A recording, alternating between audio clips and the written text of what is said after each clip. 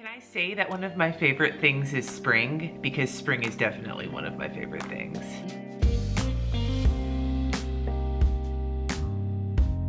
Hi everybody, it is that time again. It is time for me to talk about some of my favorite things from the month of March. The weather is beautiful right now. I live in California and we have come kind of out of the rainy, there's gonna be more rain I'm sure, but like today's a beautiful day. I'm having a good day. I'm feeling somewhat better. My voice still has the Kathleen Turner sound to it, but other than that, it's beautiful. I'm in a great mood and I'm ready to talk about some things that I loved in the month of March. The first thing I'm gonna talk about is probably not gonna be a surprise, as I have been rambling at you guys about skincare for the past couple of months. It's been something that's been kind of new on my radar of things to obsess over. Technically, this is kind of like a face cleanser, but it's mostly to take off your makeup. And it's the Clinique Take the Day Off Cleansing Balm. It's this puppy right here.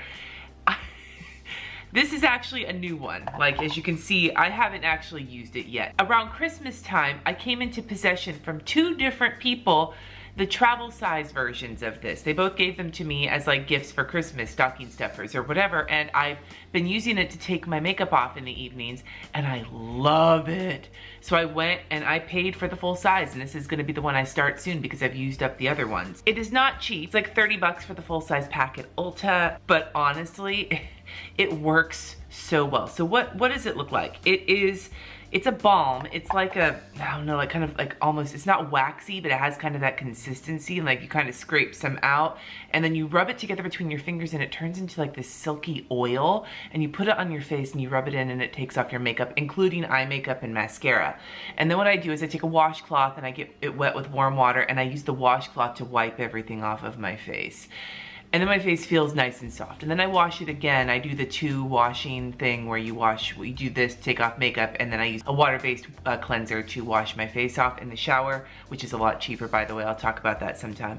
But it takes my makeup off. It leaves my skin feeling so good. And there's something about rubbing this into your face and then using the warm washcloth to take it off that just feels like extra and fancy to me. And it makes the whole skincare in the evening thing feel less like a chore and more like just special time alone with myself and my cleansing balm. I heard somebody say that this is great because you can travel with it because it's not liquid. I mean, I'm sure, yeah, but I have not gotten to that point yet. I don't wear a lot of makeup, so I don't really necessarily have the experience of trying this with super heavy duty makeup, but it does take off the makeup I wear fairly easily and make my skin feel good, so super worth it to me. Now, if you've been following along at all this month, you know that I spent the first half of this month sick off of my ass. I had a cold of some sort. It was really nasty. I was exhausted. I was coughing my lungs out. I still have Kathleen Turner voice, and it was just not a good time. So it's not gonna probably surprise you that one of my favorites this month was cough drops.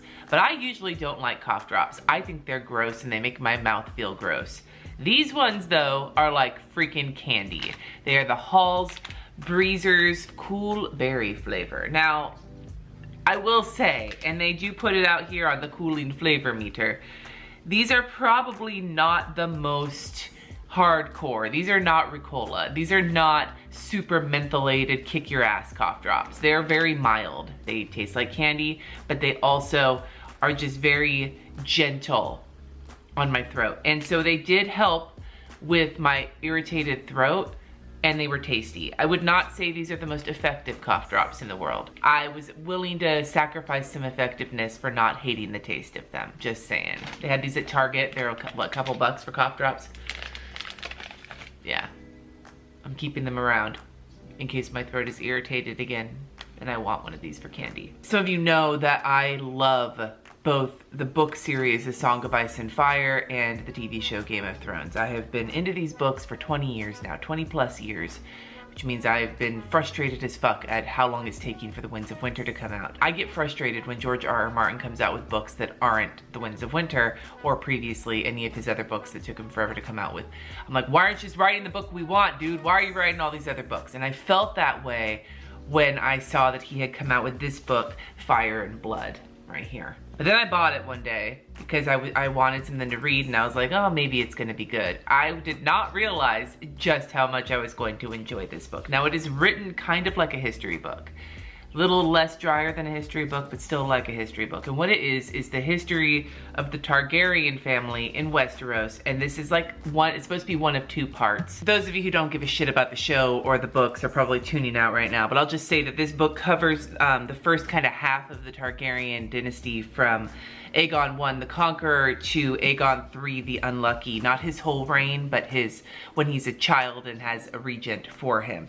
And if you're nerdy like I am and you love this shit, I 10 out of 10 recommend this book. This was good times. I read somewhere in a review that this was the Game of Thrones book the Song of Ice and Fire book we didn't know we wanted, and I really agree with that. A lot of the stuff that's covered in here is things like the Dance of Dragons War, stuff like that. I also love reading about like English history, the Wars of the Roses, the Tudors, things like that.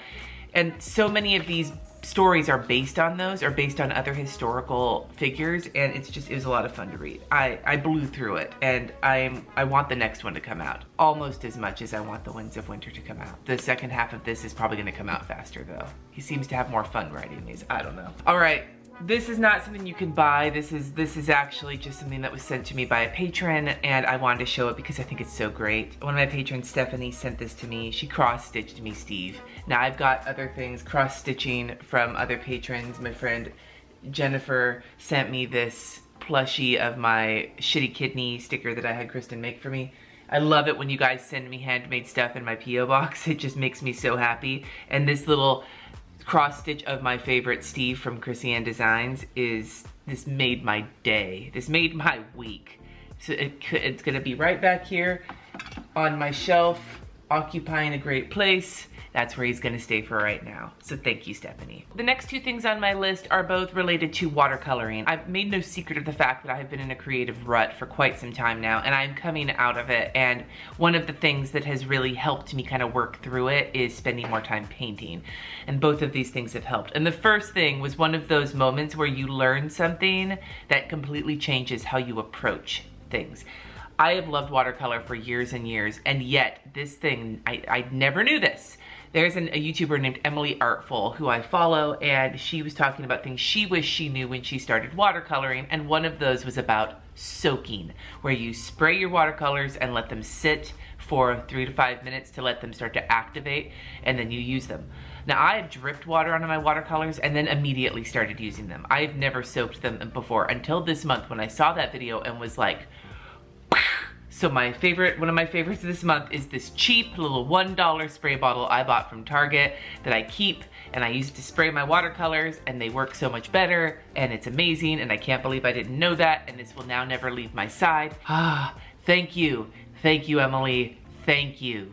Thank you, thank you, thank you, thank you. And the second thing, I actually bought these last year. I upgraded my brushes to these. I spent a little bit more money, and I still am just absolutely in love with them, and they are the brushes from the Pigeon Letters. Now, Peggy Dean is the Pigeon Letters, that's her handle on Instagram, and she has a line of cruelty-free art supplies. So they're art supplies that are not made using animal products or whatever the case may be. I had ordered these brushes when she first released them. They were in a pack of for like 50 bucks or something for the 5 of them, but you can buy them individually on her website. They're all round brushes, and the sizes are 2, 4, 6, 8, and 10. I think of these, the ones I use the most are the 6, the 8, and the 4, like the 3 middle sizes, but I do use them all. I love round brushes. They're my favorite to watercolor letter with. They're my favorite to paint with. They are my favorite all-purpose watercolor brushes, and these are really nice quality. They hold a lot of water. They hold their shape even with a whole bunch of use. They're comfortable, and they're pretty. They feel fancy, and I have just absolutely adored them. I have other brushes I've always loved, like brushes that have been my favorites for a long time, that get ignored now because I like these so much. She also donates a portion of the proceeds from all of these brushes sold to nonprofits that work to sustain wildlife, which I think is really cool. But yeah, these are great brushes. I feel super fancy. I will say, don't go out and buy expensive watercolor brushes until you have tried different like shapes and sizes and you know which ones you like. Part of the reason I was willing to spend the money on these was because I knew I loved round brushes. Every brush I have ever loved for watercoloring has been a round brush. And so I knew that buying a set of round brushes would be a no-brainer for me because that's my favorite brush to work with. If you don't know if you love round brushes, maybe don't invest in really nice ones until you've spent some time with cheaper ones to decide whether or not they work for you. Here's another product that I have no idea if you can buy, because this was swag, I think at Go Wild, one of the Go Wilds. So I have no idea if she sells these, but if she doesn't sell these, then you could look for this size somewhere else. But there are these sticky notes from Capital Chic Designs, and they're these big ones. They're like, how big are these? They're 6 inch by 4 inches. They have a nice stickiness. They're like the Bic Post-it notes. She's got like a dry on here. The reason I've been using these is because they work really great in my bullet journal to make lists that I may not actually want to stay in my bullet journal. As an example, here's the list of the favorites that I'm talking about in this video. Oh, in the front here is one of many lists that I have made of the pets that I'm looking for in World of Warcraft. They just are handy, they're nice and big, they stick really well, and I feel like for me currently, I am really gravitating towards Post-it notes that stick really well. Like I have a ton of cute ones that don't stick really well and they've just frustrated the shit out of me. So I've gone more towards ones that work, and these ones just happen to be cute. And this size, once I'm out of these and you can see I'm running low on them, I'm gonna have to go find Post-it notes that are this size. This one and this tiny Post-it notes have become my favorite size of Post-it notes to use, go figure. As for washi this month, it's not gonna surprise you. It's another Simply Gilded washi, but dude, I'm really loving it. And it is this pink striped washi with bows on it. There is the skinnier one and the fatter one that came in one of the most recent kits, the one that has like the shamrocks and the bubble tea. It's so cute, it's so spring-like. And like I said in the beginning of this video, I'm super fucking happy with spring.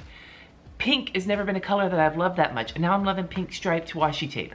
Who am I? But I'm just saying, like, these springtime colors are like making me so happy. See me in a few months and I'll be loving like the rusty kind of fall colors and I'll have completely changed my mind. But for now, pink it is. Again, not gonna be a surprise that it's a Once More with Love set of stickers, and it is these podcast stickers. She actually came out with these right after we recorded our podcast. Marg from Once More with Love was on my podcast, The Uncurated Life, and we talked about how I wanted podcast stickers from her, and she made some. And so I've got, this is a full sheet, this is the sheet that I'm currently working on. They're just little stickers with a little munchkin, and they're podcasting, and they've got the different colors, and they're super cute, and I love them. And these are not only great for someone like me who records a podcast, these are be great for people who listen to podcasts. Hint, hint, you should listen to mine. These stickers are just ones that I have found myself using quite a bit. They are not my favorite munchkin, that will always be the music munchkin, but they are up there with munchkins that I absolutely love. The final things I'm loving this month are some of the new teal Tombow colors. Now, Tombow had not come out with new dual brush colors in hella years, like more than a decade, I think. One of the things in the Tombow dual brush collection that I always felt was kind of one of their weak spots was teal. They didn't really have a true teal. Well, recently they came out with several teals to add to the collection. And this month I've been using them in my bullet journal. The colors specifically I'm talking about are 401, 407, and 403. These teals are so beautiful. They weren't duplicated at all in the 96 count of the Tombows, which is now I think 108 count. They're perfect for springtime. They go together really well, and they were missing in the original set. If you like teals, I 10 out of 10 recommend these because these are beautiful. They have ascended to some of my favorite Tombow colors in general, not just of the more recent ones. And those are my favorites for the month of March. I may have said this in other videos. Oops. But if I haven't, then this might be your first time hearing it. But the other thing that is my favorite thing, and this will actually be happening in April, is that I have decided to do Plan As You Go in April. Normally I like to wait a couple months in between Plan As You Goes, but the last one was so much fun, and I'm traveling in May and in June, so April is actually a good time to do it. So I will be doing a video every single day in April, showing you how I use my planners together over the course of an entire month. A lot of you found me in February when I did my last Plan As You Go, and I hope you're looking forward to seeing me do it again. So I hope you subscribe and hit the notifications so you can get the videos every single day in the month of April. Those were all of my favorites. Tell me something you've been loving in the month of March. I love getting enabled. It's one of the few times we don't talk about consumerism on this channel is in my monthly favorites videos. So let us know in the comments what you have been loving. Thank you so much for watching. Subscribe if you haven't already, and I will see you in my next video.